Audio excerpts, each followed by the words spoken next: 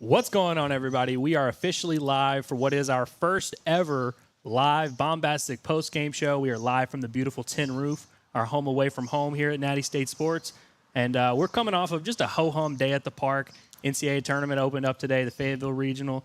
The Hogs are 1-0 now after just a normal 17-9 run-of-the-mill game that we all expected. It went exactly as we were all expecting it to go. And, of course, the Hogs took care of business, made it easy for us. I'm joined by my good buddy Curtis. Now, I use the term special guest pretty loosely on the Baumbastic podcast. All the real ball knowers out there that watch, they know. But I feel like it fits for this occasion, Curtis. It's a special time of year. We got a potentially special team on our hands. We just watched them rake their way to a series opening win. Curtis, what do you make of what you just saw at Baumwalker Stadium? I mean, it's my kind of game. A lot of runs scored, dingers for days out there, a bunch of 3-run shots. So that was good. I mean, I expected Arkansas to win by, about 8 runs. So, yeah, no drama at all. Nothing crazy. Yeah, I mean, I was a little worried, with Curtis. He's the hoops guy. He's got so much stuff going on with his, so much going on in his world with John Calipari. I mean, who will probably be here at this live stream here in a few minutes. But I was worried bringing Curtis and Scotty to come be my assistants here at Baumwalker Stadium. I was like, I wonder if we'll be able to keep them engaged. But it's a lot of action, man. It looked for a while like the Hogs were going to cruise there. They get up 8-0. Mason Molina for a while looked like, hey, he's about to just cruise through this SEMO lineup. Then things, of course, had to become an Arkansas way. We knew it wasn't going to be easy. We got a little bit faked out there early. They let us settle in. They threw us off the scent because normally they like to give up these runs in the first inning, whether it's Caleb Bolden or whoever. I remember Connor Nolan ran into some trouble in a game one before, but they threw us off the scent early by getting up 8-0 and letting us get our guard down. But, man, it was tense there. It was 8-8 for a while. I'm sure the people in the chat who are very level-headed always. They never overreact to stuff that they see. I'm sure they were doing fine, and they all knew the Hogs were going to persevere. Curtis, what was your confidence level when SEMO tied that game up 8-8, which I guess was in the fourth inning? It was early in the game. It was still pretty high. I mean, I think I actually looked at you and said, Arkansas is still going to win this game 17-9, but it feels really weird. I think I called the score. You might have said that exact statement, actually. Yeah, but no, I will say this was like a 10-9 game in the 7th inning. And it was a little tense then. Like, Gackle didn't look like his normal untouchable self, and he finished like his normal untouchable self. But, yeah, man, it was a little bit tense there for a minute. It's kind of weird, though. Like, you felt like the offense was going to be able to just keep scratching across runs and that they'd score as many as they needed to win the game, which is the exact opposite of what they've done the entire season. But, hey, whatever you got to do to get it done in regionals, right? I mean, John, of course, you had a lot of confidence in Nate Thompson in this offense. You knew they were going to come through there. And I don't want to just glance over the pitching issues for a little bit. We'll get to all that, and we'll get into the numbers of Arkansas' situation and how things stack up for the rest of the weekend here. But I do just have to point out that Arkansas had 16 hits. What was it, three-run home runs, 2 of which by our boy Penn McLaughlin. Naturally. I mean, just to see this offense come through. Kendall Diggs got on base 3 times, had a big opposite field home run. He's back. There were plenty of positive variables to get through, but, John, just did it make you feel a little bit better about this team big picture, seeing them rise to an occasion like that? I mean, obviously, you don't want to have to score 17 runs to beat SEMO in the opener of your regional, but is this something you thought this offense would be capable of doing? No. I had to understand. It's like you're up 8-0, and it thinks everything's going well, and then it ties it at 8, and then they end up winning, I guess, by 8. And it's postseason baseball. It's frustrating. I hate the game, but I love the game, and the fact is that you still got to find ways to win. I liked what the offense did, manufacturing runs, and obviously Benny Barrels going out there and hitting piss missiles like he was always is helpful. But it's just I just want to see one time where both sides put it together. Like where the hitting is good and the pitching and the complete consistency. So as far as the future, though, I mean, you got the win. A lot of teams in the SEC struggled today. Some of them won, some of them didn't, but. You found a way to win. You found a way to get the offense going, and you got Hagen Smith tomorrow. So you still got to feel pretty good. It just didn't exactly make you feel better after today either. I'd say credit to Arkansas for finding a way to make the fan base feel uncomfortable after an 8-run win to start the NCAA tournament. Somehow, I feel like a lot of people were panicking during this one. Now, Curtis, I know you have a lot of duties for us here at Natty State Sports, but today you were the pitch count tracker. Mm-hmm. Curtis is, we're gonna be trying to keep track on nattystatesports.com, our beautiful website, which has just had a new revamp here. We're gonna be trying to keep track all weekend of kind of who's got what left in the bullpen, because after every NCAA tournament game, that's always everyone's First question. Well, who we got left in the bullpen, man? Who we used everyone today, you know? That Gackle kid, we used him for 3 innings. He's toast. I think that's how they sound, too, every time. Every single person in the state of Arkansas sounds like that. It's every time you hear them call in, they all sound like that. But, Curtis, when you assess this situation for Arkansas in the bullpen, now, obviously, they had to use, Mason Molina throws 61 pitches as a starter. Mm-hmm. Will McIntyre, we'll talk about him in a little bit, throws 30 pitches out of the bullpen. Fouch, 21. But just, when you look about, they had to use a lot of guys. Are you worried about this team's stability for the rest of the weekend, having to dig deep into their bag a little bit just to win game 1?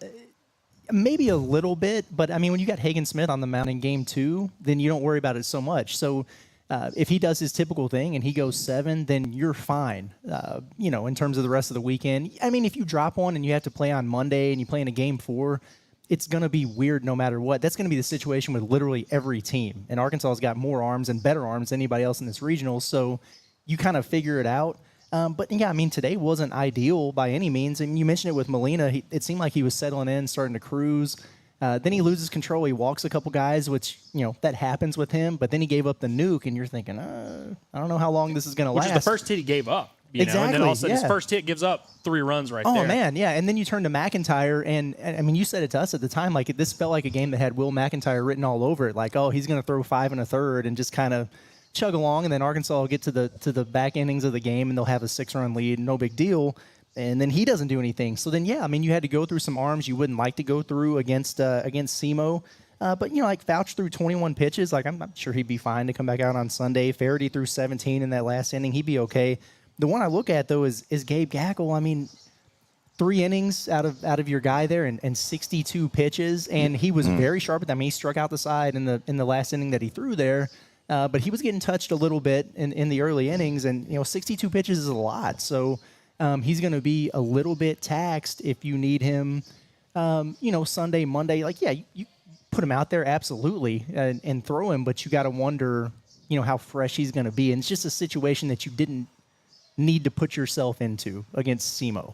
Yeah, probably, especially in a game where you score 17 runs. You'd like to think that some of your top arms could get a day off in that situation, but exactly right. You can't always win. But you need a good outing from Hagen tomorrow, right? If he goes, 5 and strikes out 13 guys like he's done in the past, like it's a good. But you gives don't a ho-hum Hagen. Just another day at the office. But if you got to get 4 innings out of that pen and then you go to Sunday, you might be stretched a little bit then, especially who the heck do you. I hope Gage Wood's ready to rock, right? In game 3, ready to throw about 17 innings the next 2 days after that. Exactly. But if he does his thing, he goes 6 or 7, you're fine. Well, I think that's the benefit of playing the early game. So, you have a little bit of extra time. When you're talking about turning around on 1 day's notice, 2 days' notice, those extra 5-6 hours really matter. Arkansas not playing the 7 p.m. game. A lot of people always question that. Why would you want to play the 2 p.m. game? Especially because normally it's like 98 degrees at 2 p.m. this time of year. Yeah. This time Arkansas had to battle some weather, but Arkansas is not going to have to worry about the weather. They should, be able to turn some of these guys around later in the weekend. And you mentioned it there, the big dragon. When you think about this Arkansas team, and you think about this Arkansas pitching staff, Hagen Smith's the front runner. He's the guy who you save him for game 2 for this exact situation where, hey, we used a lot of our bullpen today. We don't want to use it tomorrow, Hagen. You're throwing 120 pitches. This is, Arkansas, and think about all year, they've saved Hagen Smith and maybe pulled him an inning earlier than they should have, and people are like, give him one more inning. Tomorrow is the type of situation where that's why you save some of those innings. You leave some of those bullets in the chamber. Very true. But I just think, like you mentioned, Hagen Smith, that gives you a lot of confidence as a staff. And ultimately, just getting away with a win today really matters. John, I want to ask you, Gabe Gae personally. He's a friend of the program. Yeah, very good friend. Friend of this specific program. The first ever guest in Baumbastic podcast history. True. What an investment. Let's say. You and Branson. He was the original. That ROI is looking sharp right about now. Curtis mentioned it. Wasn't all flawless for Gabe Gae, but what did you see from him first postseason outing as a Razorback, having to kind of battle a little bit and rise to the occasion? You like what you see out of the young kid? Well, yeah. He's a guy that we all have seen him throughout the year and being in positions, tough positions, and he's always come up big. It's just like you go back to the point of how many pitches that he had. That's not exactly what I wanted, or if you should want if you're a Razorback fan. I was actually hoping not to see Gabe Gae today, and it looked like in the beginning you weren't going to have to. But as everybody says, you got to win game 1. The regional is you got to win it in some capacity no matter what. But if you lose game 1, Like, I don't know what the stats are, but I'm sure that if you go back and look at all the teams that's hosted a regional, if they've lost game one, they have not won the regional. So it's like you had to do whatever you could. But I love how he just is kind of consistent. I mean, he's still going to have freshman moments, and, it's not going to say that he's never going to get hit on or anything like that. But all things considered, he did what he was supposed to do. But the 3 innings, the amount of pitches, I don't know. I was hoping to see him more in this weekend. I don't think he still will, but I don't know. It was a good outing, but it was too long of an outing for Gabe Gae. Very much too long of an outing. Now we've gotten. Go ahead, Kurt. I feel like you had a point. Well, we got Scotty kind of live updating us on the DVH press conference, and since we're talking about Gabe Gae, we got a quote here from DVH, and he said, "Just a wild first game for a regional. Gabe came in and settled down a little bit. He could have gone out in the 9th, but we wanted to save him some pitches." So that should make you feel better about his availability in the next couple days. So there you go. Gackle's another guy that, like Smith, they've been pretty smart with how they used him throughout the year. They don't turn him around multiple times on the weekend too much. They've tried to avoid stretching him out more than they need to in a non-conference play. I think his longest outing of the year is like 3 1/3 or something like that. Hasn't really been stretched out. I think that's another key thing that they've been thinking about this time of year. When you have a weapon like that, keep him ready to roll. And that's, we'll see if he's needed to come back on Monday. Again, like John said, I didn't want to see him pitch today. No. Don't want to see him pitch Monday. But if you need, you'd like to have that guy there. Now, we've fed the haters here for a few minutes now, talking about the pitching, talking about the downside. And, this, by the way, this pitching staff also broke the single-season strikeout record today. So congrats on doing that in a game where you gave up 9 runs. But it is what it is. But now let's go ahead and move our focus to the silver lining here. I mean, John, if I had told you a week ago, even 2 weeks ago, whenever, hey, this offense is going to, or this pitching staff is going to give up 9 runs in their opening game of the NCAA tournament, does this offense rise to the occasion? You probably wouldn't have taken that bet. No, I'd not imagine. at all. Especially if I told you Peyton Stovall is only going to have 1 hit, not going to drive in any runs. Peyton Holt had 2 hits, but I feel like he didn't have that huge Peyton Holt moment. It was kind of everyone. I mean, every single spot in the lineup. Ryder Helfrich started at DH, went 0 for 3, but Lovich came in after him and got a base hit. So every single spot in the lineup produced a hit. Pretty much all of them. It was a full team effort there. Offensively, does this performance, I know it's SEMO, does it make you rethink a little bit about what this offense might be capable of and if they can really rise to the occasion like they did today? Yeah. I do, because here's the thing. It's like, what you're getting out of Stovall. Like, he's a guy who's hitting 350, and he's been great. But the biggest key for me was seeing Diggs get something going. That was great to see. He's been struggling, as we all know. My captain. Yeah, well, it didn't look like he was injured in this one, at least. He hit a home run, and his best at bat was a walk. That was I said to Curtis when it was happening, because he just kept fouling off pitches. Was it 5 straight fouls? Yeah, 4 or 5, and I was like, this is bordering on the brink of AB of the year potential here. This might be. I feel like in every season, there's always at bats that you kind of point to where you're like, that was the moment. Yeah. I'm not going to go as far as to say that was that for Kendall Diggs. I feel like if he had a 3-run home run, that probably would have been it. But I just overall, regardless of what even happened in his plate appearances, he just looked like a guy that was seeing the baseball better. Yep. And if this offense is going to have any type of next level potential to really go on a run here down the stretch, you imagine it's going to be from guys like Kendall Diggs down there at the bottom of that order. I want to talk about the lineup just for a minute. Now, we mentioned Stovall.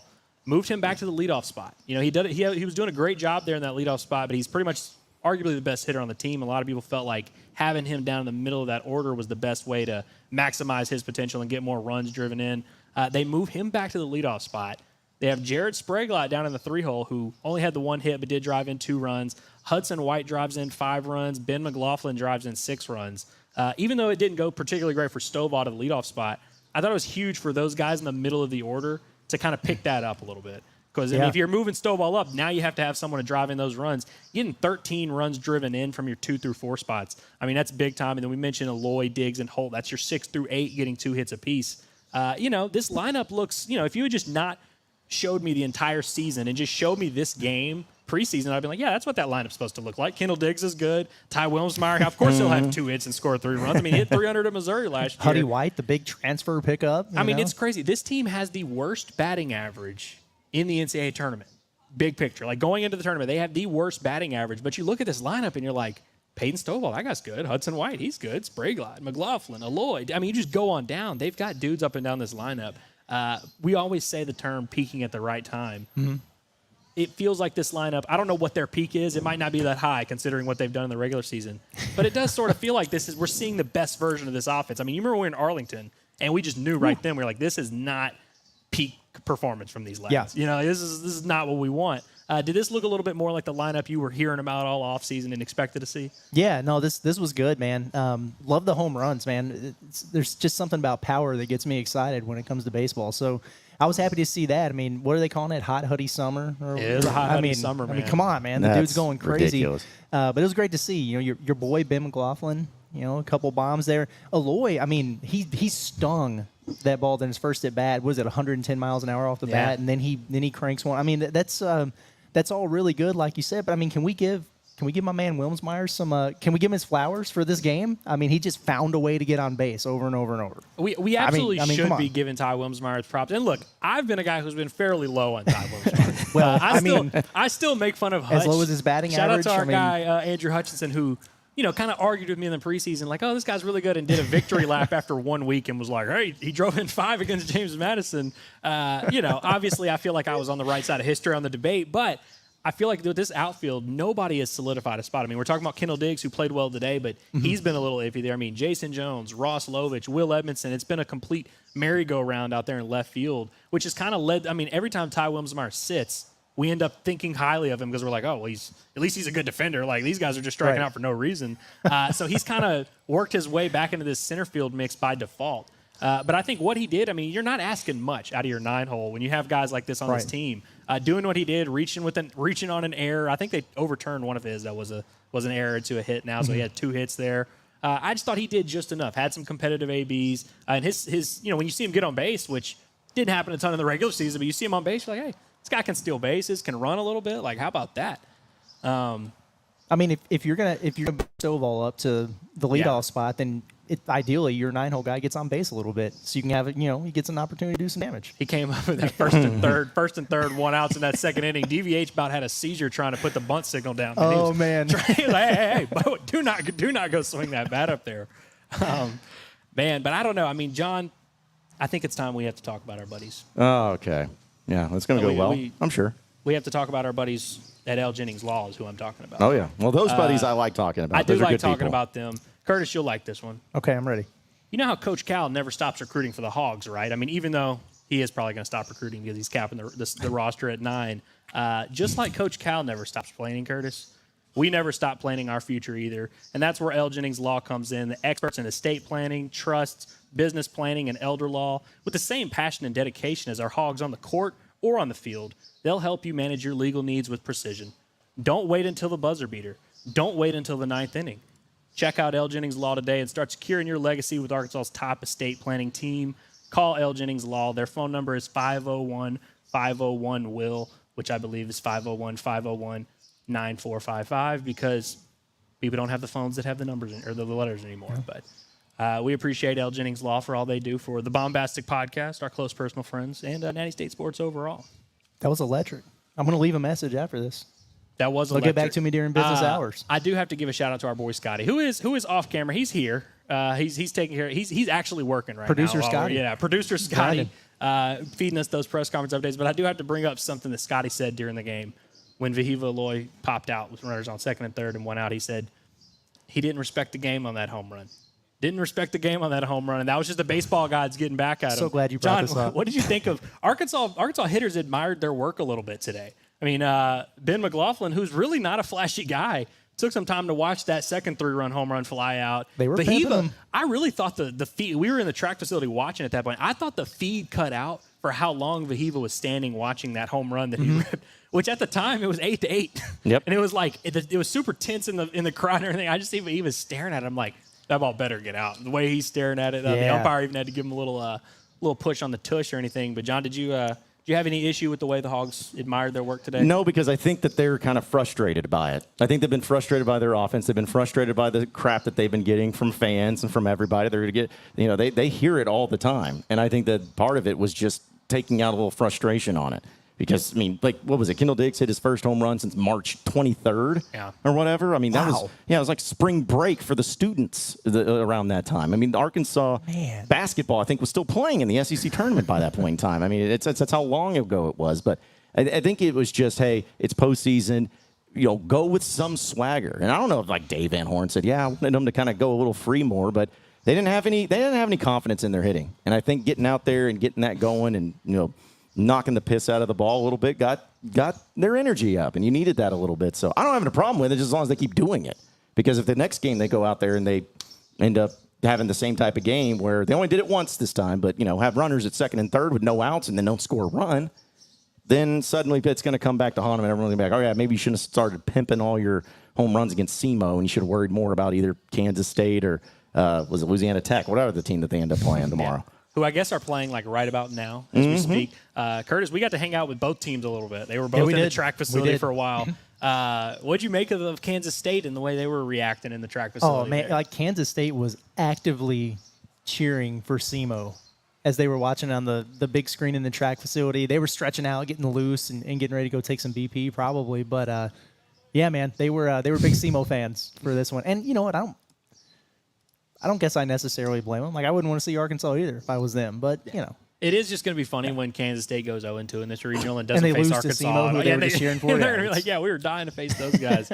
I'm a little surprised. So I wasn't able to scan the Discord or Twitter as much today. We had a lot going on. But I only see one Fire Matt Hobbs in the chat. That's it. And I only saw like one or two, maybe like 1.5 Fire DVH posts on the Discord during the game. Did see that. Like when it got to 8-8, it was one of those, listen, if Arkansas doesn't get out of the regional this year, we're going to have a real conversation about a lot DVH. Of them. I'm like, they love doing that where they're like, man, if we do things that we've never done before here, like lose to SEMO or something, I guess we would. Yeah. Like, if we lose one of these first two games, we're in trouble. Yeah, that's a good call. Now that's right. John, you were among the fans. You were among the fans a lot during this game. Did you hear? Any funny comments? Any groans? Moans? Oh yeah, it's just. I mean, it's amazing how when they were of course I think it was when they got to 8-4. I guess is when they had that 4-run inning. A few of the fans just coming up and just be like, see, this is why Dave's never going to win one right here. This is why this 4-run inning by SEMO. It's just that's it. To be fair, when Dave went up to Will McIntyre and he said, "Hey man, why don't you give up 4 straight hits in that second inning that you pitched?" When he told him that, I thought it was a little weird. I thought it was a weird decision by DVH, but we don't question the GOAT around here. But Curtis, the fans want to know. Yeah. Our guy Hogball Burner, he wants to know. Ask Curtis why he shaved the mustache. It was a mistake on my part when it happened. It was a momentum stash. I mean, the reason we were keeping it was because Arkansas basketball, John Calipari, they were just on a roll with commitment after commitment after commitment. My wife's not a fan. And, although she publicly supported the stash the other day on your birthday. She did on my birthday. But no, like they picked up a Dude the Arrow and they were really cooking. DJ Wagner was coming on a visit. And so I was like, you know what? It's fine. Like they don't need the momentum anymore. So we got rid of it. And it was like 3 weeks. And so it's making a comeback. That's where we're at now. And since we embraced the momentum stash that's coming back for the Pot at the Palace, they picked up Wagner. And it's not going away until they get Coleman Hawkins. So, but then once they get Coleman Hawkins, you got to shut it all down because apparently that's just they're capping the roster at 9. I think so. Yeah, I mean, it sounds like he's broadened his horizons a little bit to maybe going and getting a couple more bodies. But yeah, they got one more big piece. Get your dude. The stash goes away, and we'll save it for another day. That's where we're at. Shout out to our guy Hayden Pounds, who's a loyal Baumbastic alum. Yes. He says a 1-0 game is vastly more entertaining than a 17-9 game. Well, I got good news for you, Hayden. You're gonna watch one tomorrow, probably. Ain't that Hagen the Smith truth? on the bump. You're like most likely gonna watch a 1-0 game, I'd imagine. Ain't that the truth? Yeah.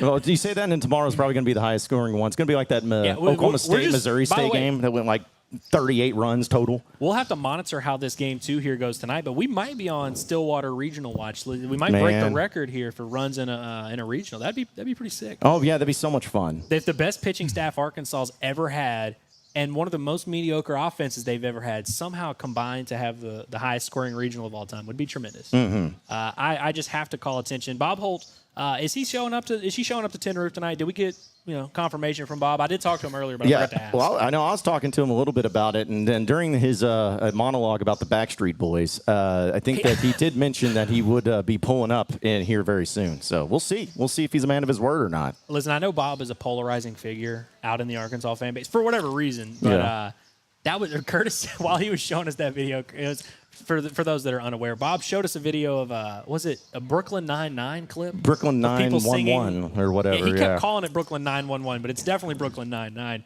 Of these guys singing "I Want It That Way," and Curtis just said, "I'm going to remember this moment forever." I mean, it was incredible. It was incredible. But Air It Out 1989 says, at this point, we are going to start Peyton Holt on Sunday and Bob Holt on Monday.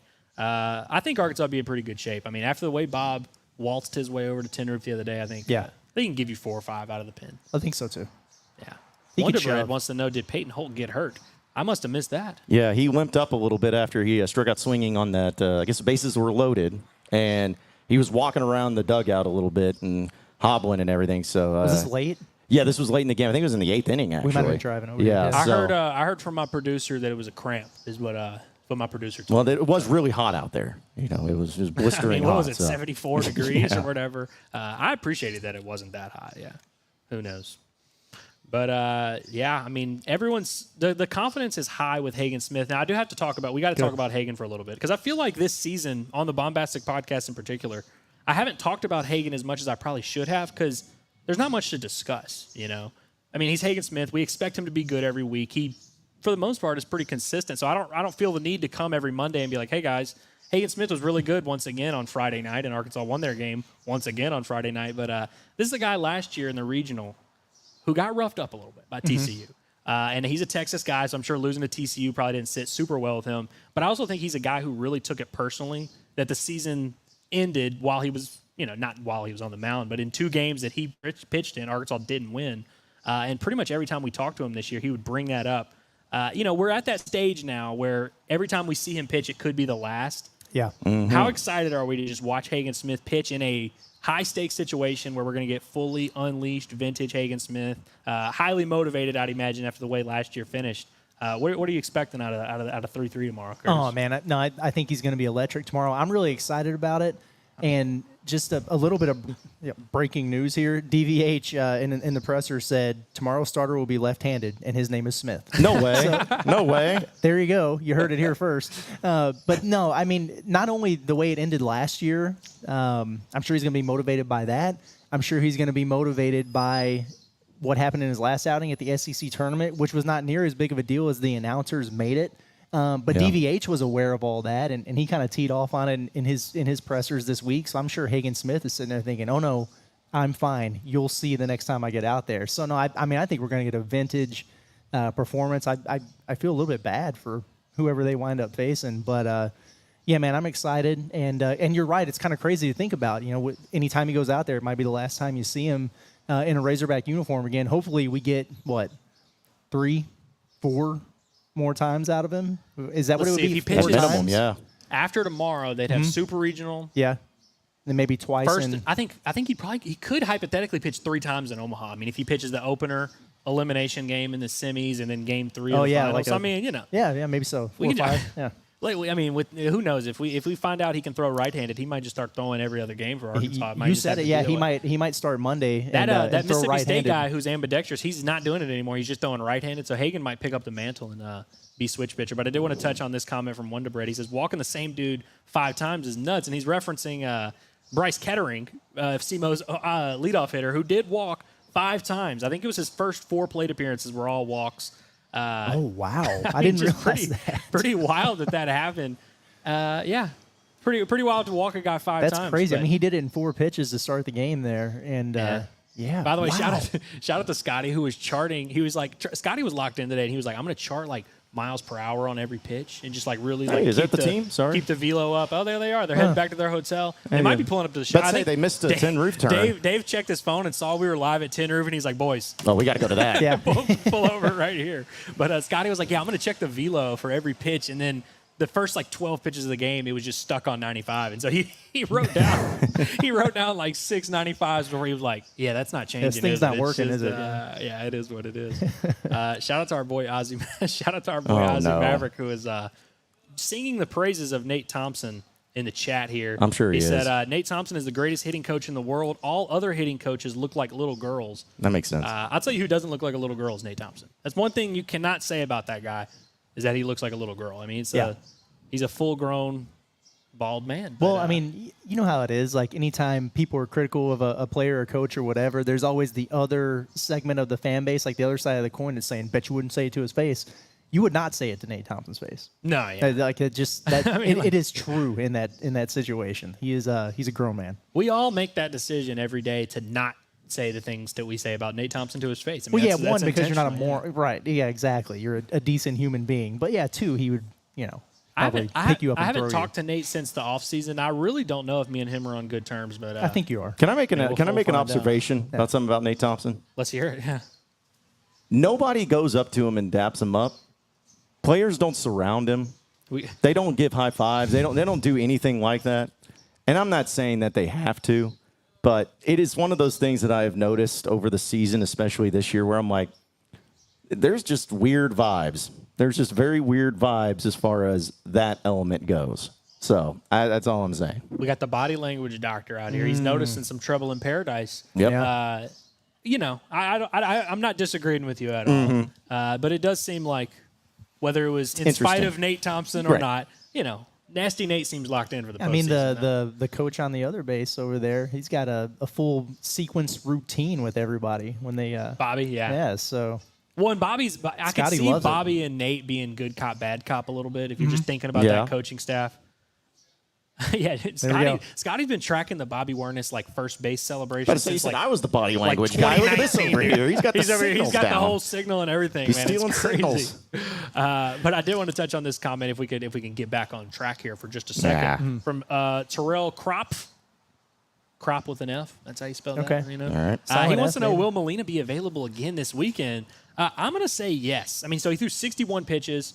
Really, it wasn't a ton of high-stress pitches if you really think about it. I mean, the first inning, he walks the first guy on 4 pitches. Then he kind of cruised through that first inning. Second inning, I remember, I think it was 7 or 8 pitches, and he just needed to get through it. Obviously ran into trouble there, but I feel like if you're playing, especially Monday, and depending on how the weather affects this weekend, I feel like Mason Molina, we have not seen the last of him this weekend. Do you agree? I think you're right. And, I mean, based on maybe the last couple weeks and then what we saw today, I think I might be kind of excited about a bullpen outing for Mason Molina. I mean, he looked pretty good in some of those, and I don't know. Maybe it's just what he is now. He can't be. I mean, I think you get to a super, he's got to start. I would imagine. We'll see how this weekend plays out. I mean, we might get a 6 shutout innings from Ben Bybee on Monday to save the season. So who knows? But I agree with you a little bit. I don't know. Yeah, I just don't know what to make of his outing because there were so many moments that looked so good. I mean, like we said, it seemed like he was going to cruise there after the first 2 innings. It was I think he was at 24 pitches through 2, and it's oh wow, he just really lost it, man. Kind of stood in there, and I think maybe having the 8-0 lead maybe affected him a little bit, where it was he got casual. a little. Plus, he had to sit for a while. I just wonder, but. I'll be interested to see just how they handle that situation down the stretch. I mean, the next 3 days, you don't really get time to be picky about it, right? And if Hagen, we were asking him about Mason Molina the other day. Hagen obviously is a guy that got moved to the bullpen last year and had kind of similar issues. But he said he thought it would help Mason Molina go into the bullpen because it just allows him to he doesn't have time to think, just go out there and attack hitters. So I definitely wouldn't be stunned if we see a better version of Mason Molina later in this series, but. Man, if you're Arkansas, you really just want to take care of business tomorrow, get 8 innings out of Hagen and not really have to worry about it. Yeah. And so in hindsight, I think a lot of us thought that Gage Wood was getting the ball here today. I mean, going into the week, yesterday morning, I definitely would have bet my life on it. I just kind of thought that was the thing that was going to happen. They end up going with Molina, which felt like the safer option in hindsight. Probably would have worked out pretty well. Who knows what Gage Wood would have gave you? I probably would have went similar to what Molina gave you, but it would have been I feel like it would have given Arkansas a little bit more of a lift had they gone to Gage Wood and then overcome it the way they did today. But now Gage Wood potentially set up for a Game 3, which could be an elimination game, could be a game to put this team away and send them to a super. What's our confidence level in Gage Wood these days? I'm more confident now than I have been in a long time in Gage Wood. Because one of the things that I thought he was really good at as a freshman is he just had a confidence to him, and he was reckless. But as soon as he had a bad outing or a bad game, it kind of fell off a little bit, which happens with freshmen, and so it's nothing bad about him. But this year in particular, I think it's been, he had his ups and downs. And if you guys remember, I'm trying to remember which game it was, but there was a time when Dave Van Horn went to go get the ball from Gage. Gage said something to Dave, and Dave was not very appreciative of it, and he let him know. I'm not going to be a lip reader, but Dave was very quick to let him know that, hey, you just keep your mouth shut and go back to the dugout when I come out here to get the ball. Since that moment, Gage has been about as good as I was hoping and expecting him to be. Now, it's postseason play. It's a whole new animal. But I just really think it depends on the situation you're going to put him in. Like, if they put him Gage into, like, if Arkansas loses tomorrow and then he has to go in the next game, I don't know if he's going to be able to handle that, where it's like, hey, this is it. But if they win tomorrow and he can kind of come in, maybe feel a little bit better, just get 4 innings out of him. Give me 4 innings, feel strong about it, and I have confidence in him. I think he'll be all right. And that's why I'm so big on you really need a great start out of Hagen Smith. And it's really not that much to ask from a guy like him, but Yeah, you need a great You better start from be him, good. and you need some innings from him because I feel the same way with Gage Wood. Like, I'm confident he'll go out there and throw well, but how deep is he realistically going to go? And then what's his leash going to look like? And especially if it is an elimination game, which I don't anticipate that it will be, but what if it is? And then, yeah, I mean, if you get 3 or 4 decent innings out of him, then what? And so then you got to really turn back to, I mean, you probably got to run it back with some of these guys who threw today and maybe didn't throw so well. Yeah, I don't know. And it is a hindsight thing, Andrew. You're 100% right, but I'm kind of with you where it's like, maybe they could have. Kind of makes you think, like, if these coaching staff, they were watching this podcast a little bit more closely, maybe you'd feel a little bit That's the easier. problem. Maybe, who knows? Maybe they cruise through this game and don't have to use any of those guys. Who knows? But Some guys just get caught up in the day-to-day, and they just need to listen a little bit, Curtis, you mentioned guys that didn't necessarily have their best stuff today, but they might be dependent on later in this weekend. I can't think of anyone who fits that billing more than our friend of the program, Will McIntyre. Yeah, man. Who, again, you mentioned it. Look for a while like if this was going to be a kind of a tailor-made. I think I even tweeted and said this is an ideal situation to bring Will McIntyre into. With a 4-run lead, you kind of see if he can get back on track. And he's a guy that we've seen extend for a while. So, I mean, if he had gone 4 more innings, it really wouldn't have stunned me at all. He ends up going 1 2/3. I will say, now he gave up the nuke to the lefty. Had some tough luck in that inning. I mean, there were 3 or 4 ground balls all in the infield. Some of them landed in weird spots there. But I just think about that. I mean, I know he's a very polarizing guy here in this fan base this time of year, and I understand why. But, guys, you are going to need outs from Will McIntyre at some point in this tournament. We haven't really talked a ton about Christian Fouch, who just threw 21 pitches. But he is your winning pitcher. So for all you guys that always argue with me on the show that win-loss is the most important stat, Christian Fouch won this game for Arkansas then. But I think both of those guys, and I mean, and Faraday, another friend of the program, Baumbastic Podcast, I think all 3 of those guys you got to be looking at for the rest of the weekend. And Will McIntyre, like whatever this Arkansas team is going to do, whether that is a Super, Omaha, semifinals, whatever, you just feel like they're going to need to get something out of him. I mean, he's risen to the occasion before. Sometimes he doesn't pitch well until the lights are the brightest. So we'll see how it plays out. But I feel like they're going to need something out of Willie Mack here down the stretch. Yeah, his time is not done. Yeah, he will 100% be back. It'll probably be at some point this weekend. And you're right. I mean, he's done it on the big stage before, and it's.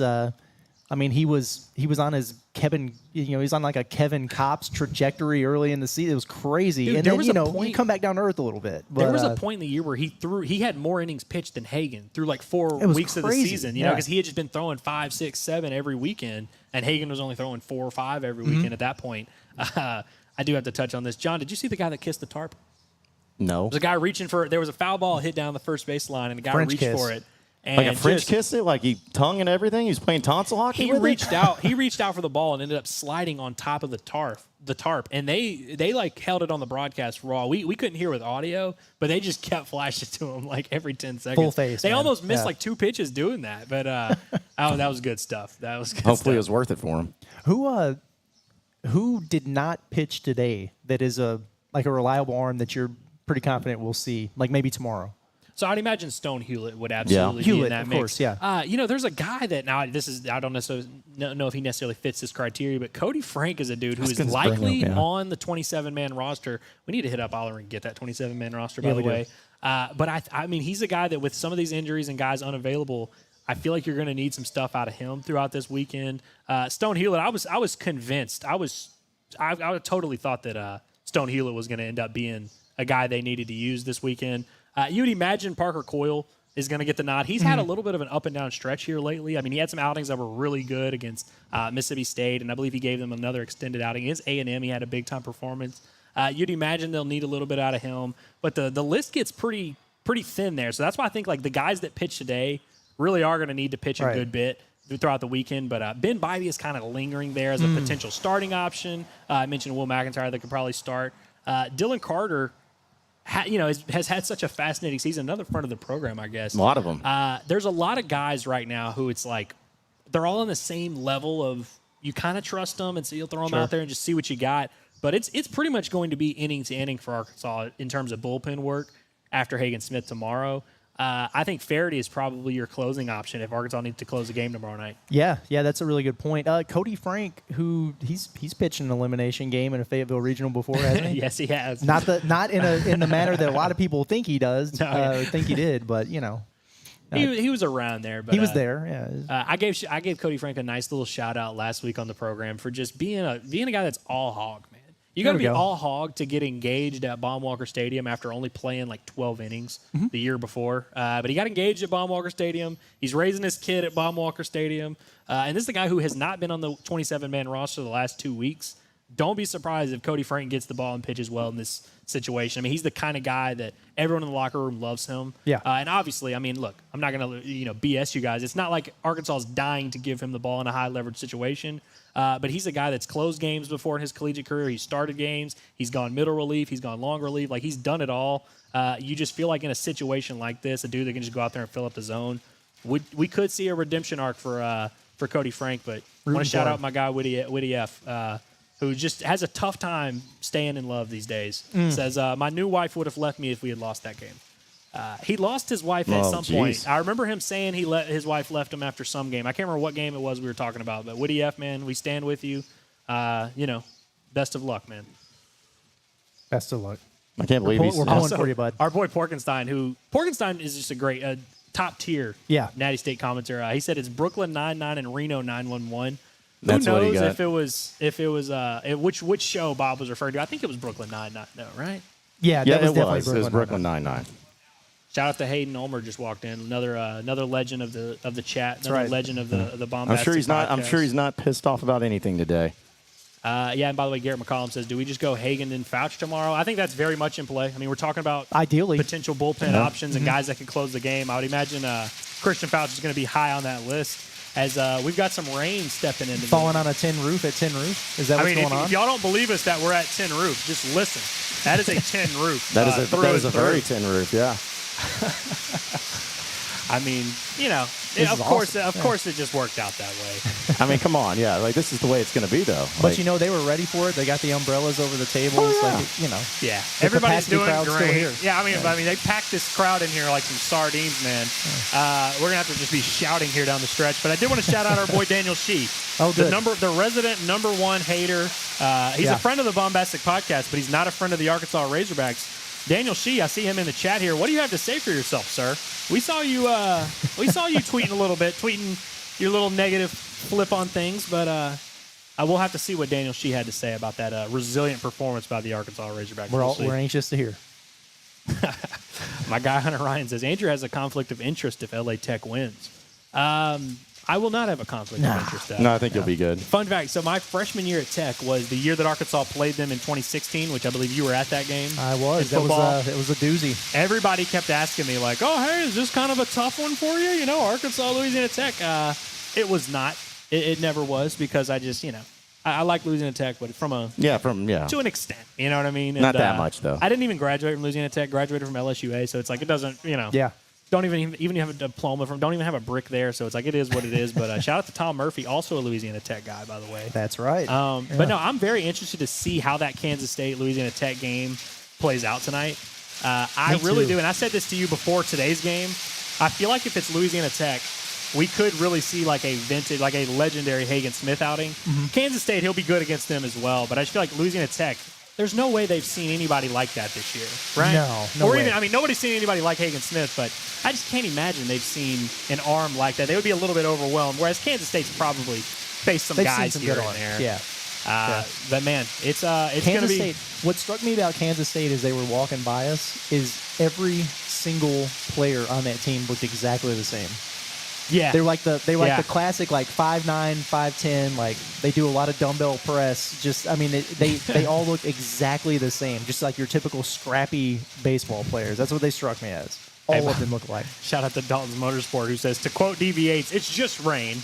Shout out. By the way, I guess we haven't even talked. We were talking to Scotty's former coworker, Matt Jones, not the football Matt Jones, and we were talking about that 3 a.m. regional because I'm sure everyone wants to relive that Missouri State game that played out till 3 a.m. Curtis, how fired up would you be tomorrow night if we just have some weird weather and we're at Baum-Walker till 3 a.m.? Is that I mean, I would probably handle it about the same way he did when he was telling us about it. Like, there's something about it when you realize, like, oh, man, this is going to be a marathon, and this is going to be unique. It'll be a story you'll be able to tell. I'd be really fired up about it until it was like 2 a.m., and then I'd be like, all right. This is kind of crazy. I watched that game as a fan back in the day. I was still in college at that point. And so, like, I had so much fun just being a college student who was up at 3 a.m. anyway. That was before my time as an astute member of the media and a professional the way I am now. I feel like it wouldn't have been as fun to cover. I feel like it just is what it is. John, we're going to have to wrap this sucker up here because it is just a pouring rain behind us. Our sold-out crowd is starting to sparse out a little bit. They're starting to it looks like a baseball game whenever everyone just floods to the concourse a little bit. Yeah. But I do want to end the show on this one beautiful note here with a shout-out to our boy Benny Mack, who Matt Bohannon, another friend of ours, says, Benny Mack deserves more love than he's getting. The Jared Gates comp was solid. Now, Jared Gates, for those of you who remember, didn't wear the batting gloves, was the first baseman that made a lot of plays for Arkansas in the postseason in 2018.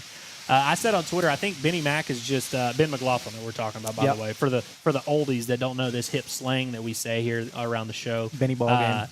I feel like he's a little bit like a souped-up version of Jared Gates, but I said he was Jared Gates on steroids, and I feel like he's been as consistent as anyone in this Arkansas lineup. And I said to you somewhat jokingly before the game, I was like, this team is going to go as far as Ben McLaughlin takes them.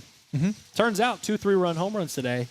Seems like Ben McLaughlin's peaking at the right time. Yeah. I'm going to speak this into existence. Ben McLaughlin is the next guest on the Baumbastic podcast. There we go. Okay. Well, I love that. Besides whatever you it two takes. guys, who, by the way, I guess I should also just point out since I'm running the show here today, you guys, I appreciate you. This is y'all's first ever appearance on the Baumbastic podcast. Good times. What's taking so long? I've sent Curtis 30 unanswered texts. Hey man, you want to come on the show? Hey man, you want to come on the show? Nope. Every time. Finally this morning he said, F it, I'll do it. Yeah, he's like, I got nothing better to do with my life. John was trying so hard to get off this show right before we started. Like 2 minutes before we started, he's like, hey man, you need me to just like, hey, I'll just do the board, man. Yeah, I'll go inside and hang out and not, just let you know how it sounds. Like 2 minutes before we started, I'm like having a panic attack, and John's like, yeah, I'll just head home, man. Yeah. You got the show. It's okay. No, man, this is awesome. It's a lot of fun. I need to say something. I have noticed that I've been catching some heat. A lot of people are being like, oh, Curtis didn't get the memo about the shirt. I guess Curtis's shirt is dirty. He's dialed up for the postseason. I got 2 things to say. One, I have a shirt in my bag. It's that one. Okay, John freaks out if we're wearing the same color. So I really freak out about it a little bit. But I also want to point out there's a Natty State Sports hat on my head, always repping anywhere I go. So don't get it just because there's a polo on right now. All right, I didn't miss any memos. We're still representing the brand. It's okay. I thought you were just going to say read between the lines is what I was thought you were going to do. No. Boys, I'm really excited about tomorrow. I am too. I can't wait to get back to the yard today, man. I'm really glad that Arkansas plays the 2 o'clock game. Because if they had played, just think about it, if Arkansas's game were like just now, it wouldn't have even started yet. Because I guess they're playing at 7. Man, I just could not imagine like our night like just now starting. It'd be pretty rough. But we get a nice little rest up. We get to sleep in tomorrow. We'll see if the baseball game conflicts with the UFC fights. I think it might. We got some rainbows coming through. That's what I was about to say. I think we're kind of in rainbow territory here. So I was looking, but I don't see one yet. Which means the party is just beginning. Yeah. Basically, is where we're at here. But man, I'm really excited for tomorrow. I can't wait to get to the yard. I am glad that we do get to sleep in though. But John, tomorrow, what are you looking for? Other than Hagen Smith being really good, give us a little bit of a prediction offensively. You're really close with the team. We should give you more props for that. Yesterday, during BP, not 1, 2 of your favorite Diamond Hogs guys pointed out John Neighbors and said, "Hey, John, man. What's up?" Not me. There was 2? Kendall and Peyton Stovall. That's 1 and 2. Yeah. Okay. I just feel saw like Stovall. Kendall particularly was like, John. And then finally you looked at it, you're like, oh, hey. Yeah, team Dad might be a little bit of a stretch for John, but I think Uncle John kind of did. Yeah. Team Uncle. Yeah. That weird guy that knows him, but no one knows why. I love telling people that Jack Wagner, man, I did a full hour-long phone call interview with him, and the first time I finally met him in person, he's like, oh, you work with John Neighbors, man. I was like, what are we doing here, man? That's me. Yeah. It's a bruise to the ego. But, John, since you are so close to the team, I got to get your prediction of who's going to be the guy that carries the boats tomorrow. You know, Today it was Ben McLaughlin and kind of Hudson White. Who's it going to be tomorrow? It's probably cliche to say, but I think it's going to be Stovey. I think it's going to be Stovall. Stove's going to be hot. He's been great this season, and not saying that he was bad today, but it definitely wasn't a typical game of his. So I think tomorrow he's going to come out motivated, and I don't know if he's going to do leadoff again or not, but I expect him to go out there and get a multi-hit game and be crucial in the team and getting some guys in scoring position. So I'm gonna take old Stove. He's the guy. He's done good things in the postseason before, right? Yeah, I mean, like what was his freshman year? That, yeah. Freshman year was in Chapel Hill. He didn't hit the walk-off, but he hit the 440-foot home run or whatever it was. Yeah, and then he hit one over in Omaha too. So. Yeah, the postseason Stovey is what we need. We didn't get a chance to see him last year. Stove stays on during the That's postseason. Yes, it does. You don't even turn it off when you're done. You just keep cooking. Nope, you keep on cooking. Curtis, do you want to disagree with John and give me a better offensive MVP tomorrow? Who's carrying the boats? Well, a wise man said on this very show the last time you did it that it was going to be a 3-home-run weekend for Aloy. I think that was we got you. one. And so I'm on board for that. Or also maybe the Kendall Diggs postseason Devo Davis arc continues. I would love. I think Kendall Kendall Diggs Diggs. hot. I like Diggs staying hot. There we I go. like that too. Yeah. Kendall Diggs, by the way, I feel like I deserve more credit for like calling his entire career because his freshman year was the first year I was on the beat, and I was going to all those fall scrimmages, and everyone was talking about Peyton Stovall, who was banged up that fall and was not playing, and Drake Vernado. Y'all remember that name? Yes. Everybody was talking about, is it going to be Stovall's the best freshman or Drake Vernado? One's going to start at second, one's going to start at third. Like, it's going to be this whole thing. And I remember being like, you know what? I like this little kid from Olathe. Who is this cat? I really like him. I even asked Dave a question in a press conference just to like let him know that I knew. That's one of those like niche names at the time where it's like you're like saying a niche name. Like, oh, you like that underground rapper that no one's ever heard of? Like, just to show people that you're cool. That's how I was with DVH. I was like, hey, Dave, what about this freshman Kendall Diggs? He's like, yeah, he's been pretty good, but I wanted to let him know that I knew. But now everyone knows about Kendall Diggs, and it's just nice to see him being Kendall Diggs again. There we go. He was smiling at the plate today. He was happy. He was chipper. Went opposite field with that home run. Yeah. It's just beautiful. And I guys, also, I forgot, we got to talk about the Ethan Bates aspect of this whole thing. We'll talk more about Ethan Bates tomorrow, I'm sure, because he's probably either going to hit against Arkansas or close the game. Who knows? Or he won't play Arkansas tomorrow because he's going to lose tonight. Are we a little bit worried about an Ethan Bates legacy game coming tomorrow in revenge of Arkansas? I'm worried about everything. Like, and I just assume that it's going to be that way. He's going to come in and have a no-hitter. I mean, I don't know. It's like it's just going to be I mean, if Bebe and Hofstra can do it to the basketball team, then Ethan Bates can do it to the baseball seriously, team. that's the thing is like any time Arkansas in any sport goes up against either a former Razorback or one that's from the state of Arkansas that went somewhere else, it always ends badly for them. So I'm sure it'll be the same way tomorrow. I will say, I like Ethan Bates a lot, Hot Springs kid. He's having a freaking awesome year, and he's going to get drafted pretty high this summer. Like, I've really been pleased to watch all of his success, especially for, a school that I appreciate in Louisiana Tech. But I got to say, Arkansas kind of put the clamps on him last year. They did. When in that 3-game series, they roughed him up when he pitched against them in Game 3, but he also, I think, was like 1 for 13 in that series. Just saying, Arkansas might work the opposite way. Everybody says it's going to be a revenge factor. I think Ethan Bates is showing back up at Baum, and he's looking around. He's like, man, I remember being here, and I remember having to leave. I mean, who knows? I'm just saying. Peyton Stovall might have to say something to him like, hey, what's up? I said I was going to end the show on Ben McLaughlin, who I consider, one of the most important people in my life and a guy I really respect. But I got to lie because I see Bohannon, my guy, just said, shout out to Ellis's better half, who we are going to shout out right now, Miss Hillary Frank, who is here in the audience, looking gorgeous as ever. She's ranting to her friend Casey at the moment, but it's all good. She's not listening. But she made this beautiful Baumbastic Podcast hat. She's the most important woman in my life, the most important woman in the world, the most important woman in the Baumbastic Podcast show history. Guys, we're ending on that note, but I do have to let you guys know, you, the audience, we will be back tomorrow night. If you liked what we did here today, we're going to be doing it again. Not from this location. We're going to be doing it from inside the stadium, but that'll give us a little bit more of a feel where we act like we're there. We're boots on the ground. We won't have to drive mid-game, which will be really nice. Strap in because the postseason's just getting started. This Razorback baseball team's just getting started. There's going to be plenty more weeks of action to come. This is just the first of many post-game streams. Thank God they didn't lose to games, so we didn't have to already promote what might be our last post-game stream. Boys, I think we got a few more weeks of these streams going. I think this first one was a success. I think tomorrow will be even better. What do y'all think? Love it. Good times, buddy. This is fun. Yeah, we don't do no delays when it rains with the Baumbastic. They do that right. in the game of baseball, but not here on Baumbastic. Show So must go power on. through it. Yep, every time. Well, guys, it's been it's been another magical episode of the Baumbastic Podcast. We will see you tomorrow for another post-game edition right after Hagen Smith throws another gem. We salute you guys. Let's have a beautiful Friday. Let's bring it tomorrow.